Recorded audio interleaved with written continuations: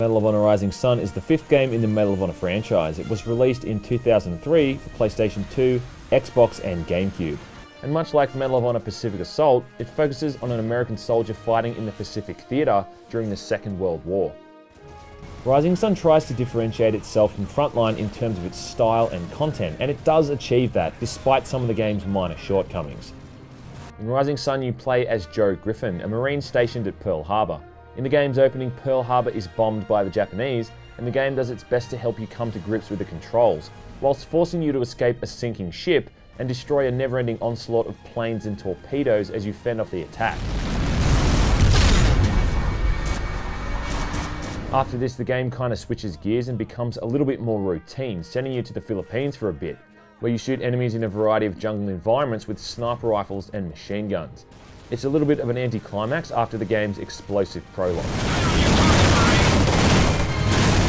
Other missions see you infiltrating Shanghai to assassinate officers in an Axis summit meeting. Another has you sneaking into a temple to reclaim some stolen gold. And one of the game's final missions is a large-scale gunfight on the historical River Kwai. I think there's about 8 or 9 missions in total, and all of these can be replayed at any time through the main menu, in case you want to go back and grab all the collectibles and secret items. There is a storyline and a genuine attempt at a narrative, but like most FPS games from that time, it is utterly forgettable, and the vast majority of the characters are stereotypes and tropes you've seen 100 times before. Let's just say you're not going to be caring who lives or dies. All it really does is serve its purpose as setting up what gets you from one mission to the next. Most of the cinematics are delivered as stock footage FMVs in between missions and feature some pretty droll narration, but you can skip these, so it ain't so bad.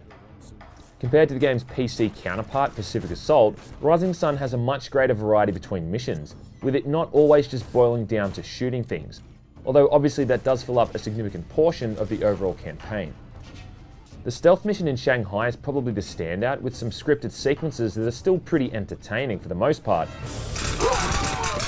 and a great shootout at the end of the level, where you get free reign with a Sten submachine gun for the first time, even going up against a pissed off sushi chef who throws cleavers at you. Like Frontline, whenever you die, it's a mission restart, though with Rising Sun, they've given you these sort of save points throughout each mission, and I think you get like 1 or 2 per level. You will still be replaying large sections over and over if you do die, but it is better than doing it all in one go. Another thing I've had issues with is that often when using an item or activating something, you have to stand in a very particular spot for an on-screen prompt to come up. The game kind of forces you to do something like this to activate a scripted sequence or progress a level onward, and sometimes it's not all that apparent what you need to do. For a PlayStation 2 game, Rising Sun doesn't look all that bad, though it does have a pretty crappy draw distance at times. The biggest strength visually is the amount of weapons that have been modelled realistically into the game. This is something the series has always been really good at. Pistols, rifles, machine guns, and even through to vehicles and other historical items in the game world. Unfortunately, the controls in general are pretty crappy. You kind of have to keep in mind that this is a game that you have to play with a controller, but even still, the aiming is really jittery. Aiming doesn't so much move smoothly as it does incrementally, if that makes sense. It can be really hard trying to be accurate with one-shot weapons like rifles and shotguns, and I find that using the left stick instead of the right can make this a little bit easier, but still, it can take a while to get used to. I thought this might have been an issue with the way the game is being emulated, but I've never had this happen with any other game, so I think it might be this game itself. You can't freely switch weapons out either, which means ammo can be really scarce at times.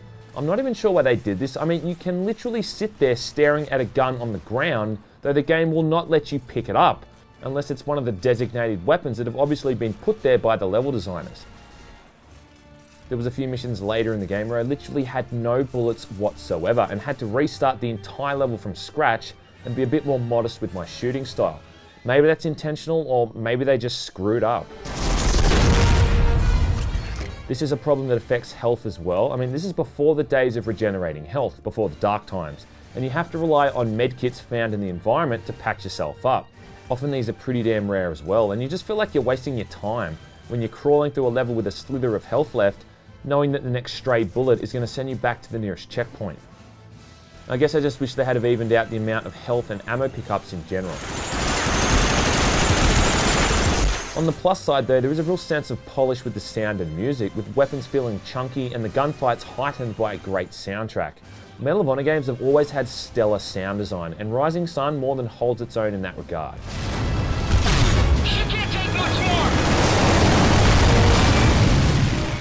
I think at the end of the day, you need to look at console shooters in a different light to their PC counterparts, you know, apples and oranges. For a console shooter, Rising Sun, it ain't all that bad, and the diversity between missions is probably just enough to keep you hooked throughout. It reaches for the skies in a lot of ways, and it doesn't quite make it, but it is still a fun enough romp through familiar territory that will probably take you the better part of 7 or 8 hours to finish. I think though if push comes to shove, Frontline is a much better game, but there's still 2 very different games that I think are still both worth a look if you're a fan of the series.